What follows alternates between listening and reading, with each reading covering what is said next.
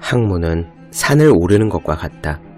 사람들은 다들 꼭대기를 원하면서도 낮은 곳부터 시작하지 않으면 결국 꼭대기에 도달할 수 없다는 사실을 잊곤 한다. 중국 남송 유학자 주자의 말입니다. 고등학교 2학년을 앞둔 겨울방학이었습니다. 친구 한 명이 긴히 물어볼 것이 있다고 찾아왔어요. 수학 공부하는 방법을 가르쳐달라는 거였습니다. 그는 기초가 부족하다고 걱정을 했죠. 기초가 부족하면 기초부터 하면 됩니다. 저는 그 친구에게 중1 수학 교과서부터 다시 시작하라고 했습니다. 그렇게 오래 걸리지는 않습니다. 어쩌면 일주일이면 충분할 수도 있습니다. 단지 꼼꼼하게 하라고, 다 알아야 한다고 저는 당부했습니다. 군대에서 만난 동생이 있습니다. 대학을 다시 가고 싶다고 했습니다. 문제는 거의 공부를 해본 적이 없다는 사실. 그 친구는 1차 방정식조차도 잘 몰랐습니다. 저는 역시 중1 교재부터 다시 시작하라고 했습니다. 재수학원의 커리큘럼을 따라가기 전에 바닥부터 다져라. 혼자 독파하든 과외를 받든. 저는 검도를 제법 오랫동안 해왔습니다. 똑같이 오래 하더라도 꾸준히 느는 사람과 몇 년째 제자리인 사람이 있습니다. 여러 가지 원인이 있겠지만 한 가지만큼은 분명합니다. 기본 자세가 잘못된 사람은 절대로 늘지 않는다는 사실입니다. 기초가 없으면서 이기려고 하다 보니 욕심만 커집니다. 욕심은 마음을 조급하게 하고 조급한 마음은 자세를 망치지요. 악순환입니다. 삶이라고 다르겠습니까? 깊이 파고 싶은 사람은 넓게 파야 합니다. 높이 서고 싶은 사람은 깊게 뿌리내려야 합니다. 계단을 건너뛰어 꼭대기에 오른 사람은 아무도 없습니다. 365 공비타민, 깊이 파고 싶은 사람은 넓게 파야 한다의 한 대목으로 시작합니다.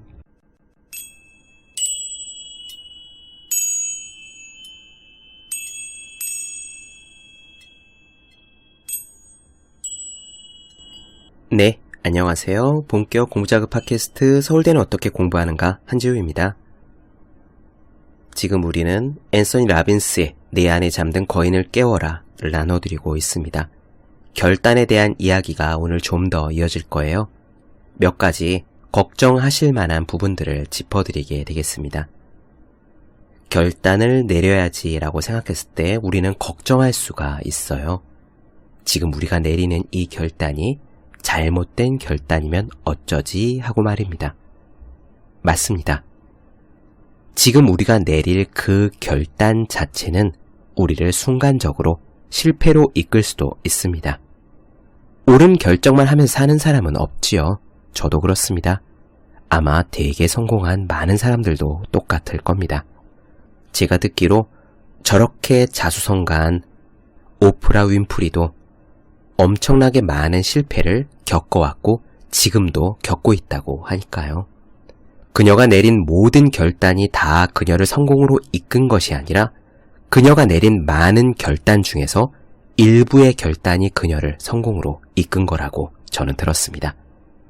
그렇게 대단한 사람도 잘못된 결단을 내리고 실패를 겪고 있는 거지요. 우리는 누구나 최단 코스로 가고 싶은 욕심이 있습니다. 하지만 그럴 수는 없어요. 시행착오를 최대한 줄이고 싶지만 그렇게는 안 된다는 말입니다. 이것은 팩트입니다. 하지만 제가 생각하기에요.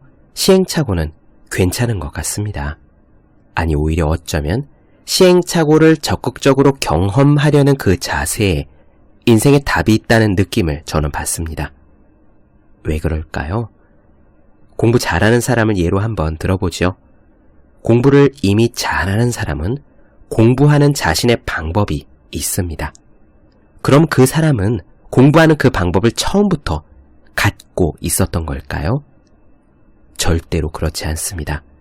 처음부터 자신에게 딱 맞는 공부법을 찾는 사람은 아마 거의 없을 겁니다. 저는 그렇지 않았고요. 적어도 제 주변에 공부를 아주 잘하는 친구들 중에서는 그런 아이가 한 명도 없었습니다. 어딘가에 그런 사람이 있을 수는 있겠지만 적어도 저는 보지 못했습니다. 그럼 어떻게 해야 하느냐? 공부를 잘하는 사람은 처음에 이렇게 생각한 겁니다. 나에게 잘 맞는 최고의 방법을 나는 찾을 거다. 그냥 이것만 생각한 거죠. 그리고 지금 상황에서 최선이라고 생각되는 것을 시도해 봅니다. 그 시도를 하겠다는 생각이 결단이에요. 물론 그 결단은 잘못된 것일 수도 있습니다. 최고의 방법이 아닐 수도 있고요. 그러면 어떻게 하느냐? 일단 하면서 어떻게 바꿀 것인지를 생각합니다. 그리고 다른 것을 시도해 보는 거죠. 이 시도도 결단입니다. 이렇게 반복을 하다 보면 어떤 것은 되고 어떤 것은 안 되고 안 되는 것은 왜 안 되는지 스스로 알게 됩니다. 이것이야말로 자기가 스스로 얻어가는 지식, 진정한 지식입니다. 누가 얘기해 줄 수 있는 것도 아니고요. 싸구려 멘토가 딱 짚어줄 수 있는 것도 아닙니다. 그렇게 시행착오를 하다 보면 그 사람은 자기의 방법을 결국 알아내지요. 최초의 목표가 있었고 시행착오를 두려워하지 않았습니다. 그리고 진정한 결단을 품고 계속 하다 보니 실제로 결국 그 목표에 닿게 됩니다. 이게 어찌 공부만의 일이겠습니까? 일도, 사업도, 글쓰기도, 다른 모든 것도 다 마찬가지일 겁니다. 우리에게 필요한 자세는 두 가지예요. 첫째, 결단을 내릴 때 이 결단이 잘못된 것일까 두려워하지 말라. 시행착오를 통해 수정하면서 맞는 결단을 찾아가라. 그리고 둘째, 장기적인 안목에서 보라. 짧게 보면 실패지만 올바른 태도를 가지고 길게 보면 결국 성공하지 못할 리가 없다. 어차피 단기간에 성공하는 사람은 없습니다. 주변에 그런 사람들이 있는 것처럼 보이지만 그리고 실제 그렇다고 하더라도 그 경우에는 운 좋은 반짝거림 뒤에 오랜 침체기가 따르기 마련입니다. 이런 이야기가 옛날에 있어요. 콩이 산더미처럼 쌓여있는 창고가 있습니다. 많은 사람들을 그 안에 집어넣으면서 그 콩들을 각자 집어들 수 있을 만큼 들어서 가져가라고 한 거죠. 하지만 사람들은 결국 자기 손에 들고 있는 그릇, 바가지, 광주리의 크기만큼의 콩밖에 들 수 없었습니다. 세상에는 이 콩처럼 기회가 많고 돈도 있고 성공의 가능성도 많이 있지만 결국 우리는 우리가 각자 갖고 있는 그릇의 크기만큼만 딱 그만큼만 우리의 것으로 만들 수 있을 뿐입니다. 그럼 결단에 대한 오늘의 이야기 시작하겠습니다.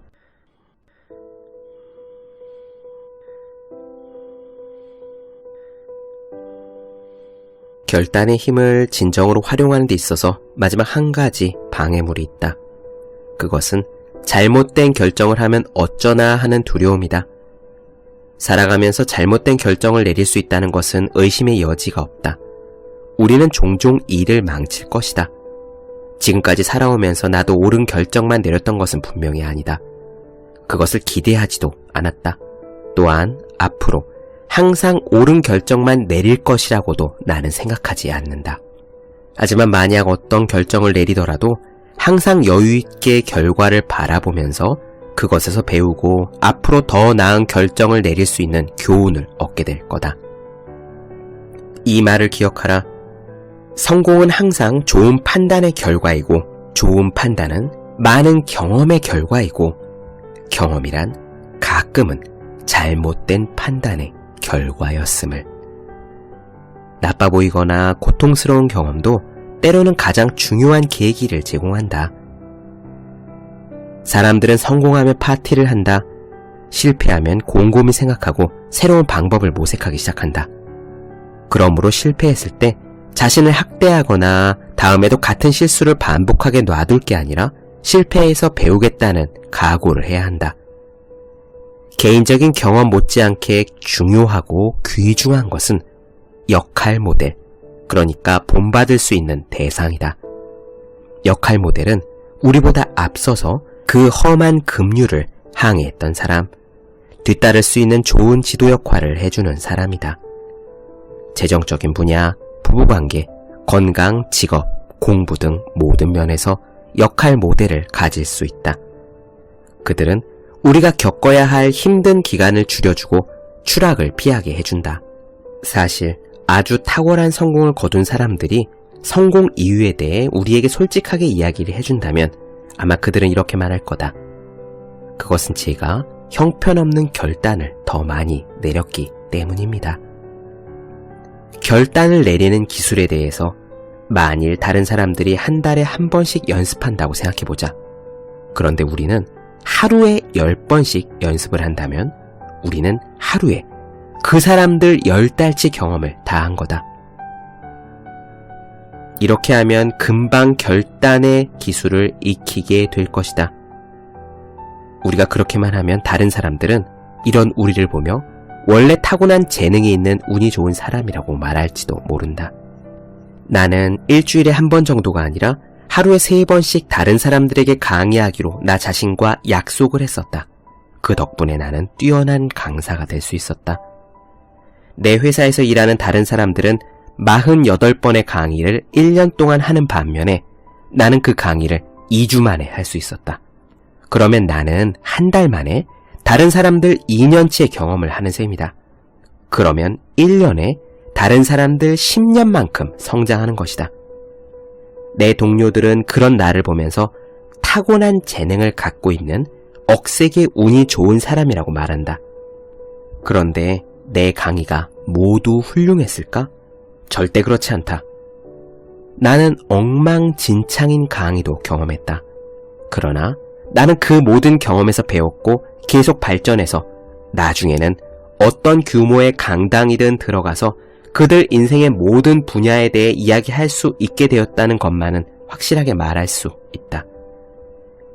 그렇기 때문에 나는 당신이 얼마나 준비가 되어 있든 관계없이 한 가지는 장담할 수 있다. 만일 인생의 강줄기를 타고 있다면 당신은 곧 몇 개의 바위에 부딪히게 될 것이다. 다만 그 바위에 부딪혀 가라앉게 될 때 실패했다고 자신을 학대하지 말라. 바로 그때 이 말을 기억하라. 인생에 실패란 없다. 인생엔 단지 결과만 있을 뿐이다. 만일 원하는 결과를 얻지 못했거든 그 경험에서 배워 앞으로 어떻게 더 나은 결정을 내릴지 참고 자료로 활용하라. 한니발은 이렇게 말했다. 우리는 길을 찾거나 아니면 길을 만들게 될 것이다. 우리 삶에서 지속적인 행복을 보장하는 중요한 결단은 어떤 상황에 부닥치더라도 그것을 활용하기로 결정하는 것이다. 앞에서도 말했지만 다음에 4가지를 지키기만 한다면 우리는 어떤 것이든 이룰 수 있다. 첫째, 반드시 이루려는 것이 무엇인지 분명하게 결정한다. 둘째, 과감히 기꺼이 행동을 취한다. 셋째, 무엇이 제대로 되어가고 있는지 그렇지 않은지를 생각한다. 그리고 넷째, 원하는 것을 얻을 때까지 주어진 것을 활용해 방법을 바꿔가며 계속한다.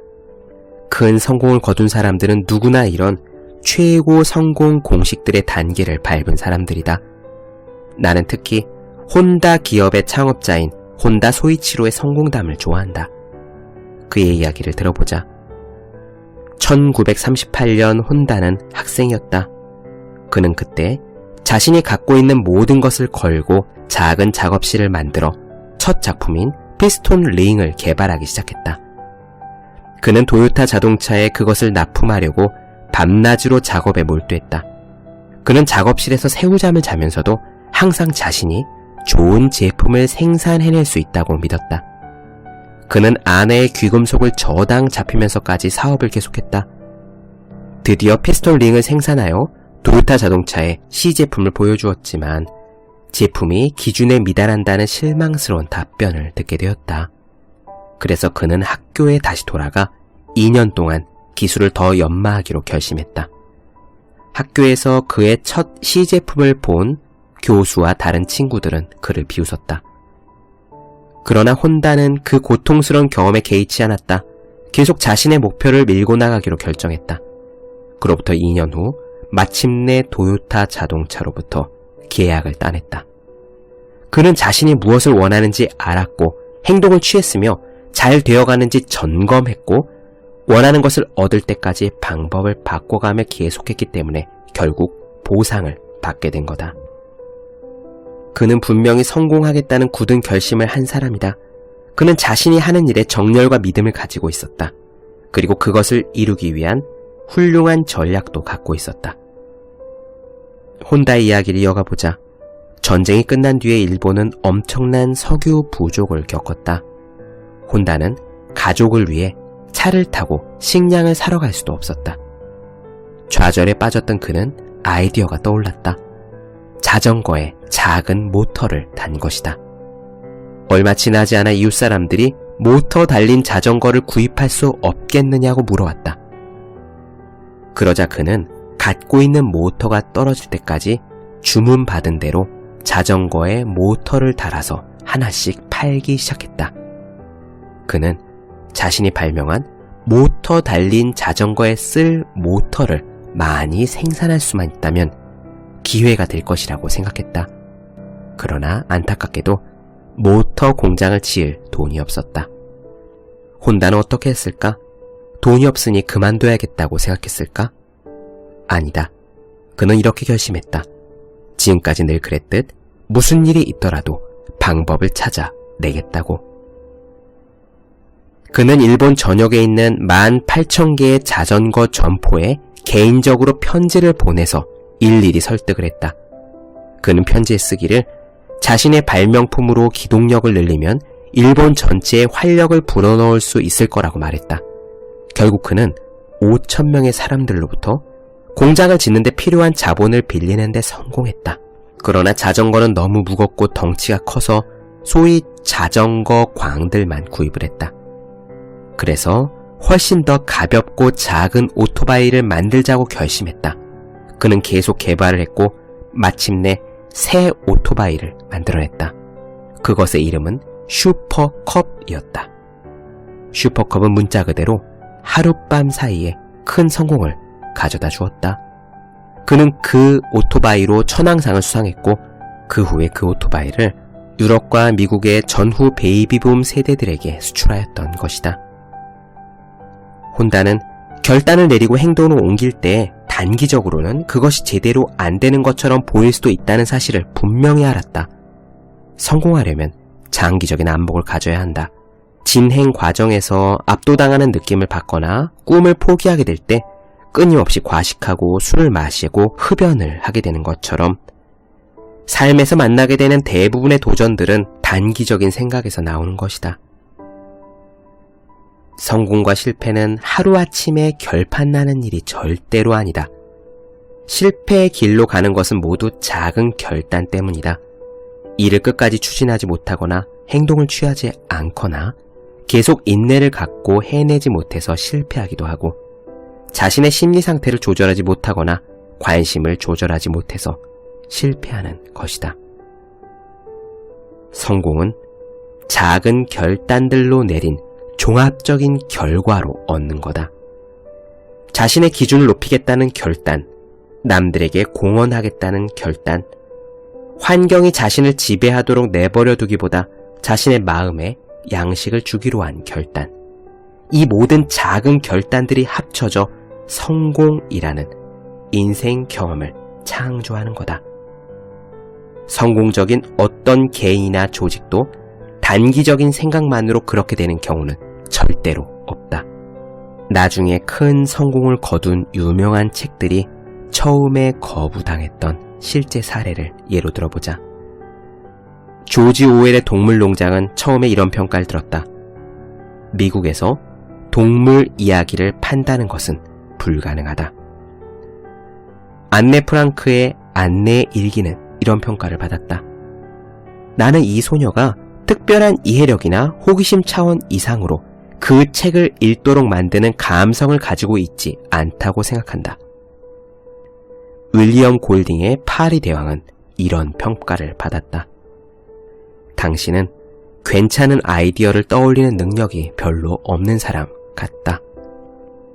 그러므로 단기적인 처방보다는 장기적인 결과를 위해 행동하겠다는 결단이야말로 살아가면서 내리게 될 다른 어떤 결단들보다 중요한 것이다.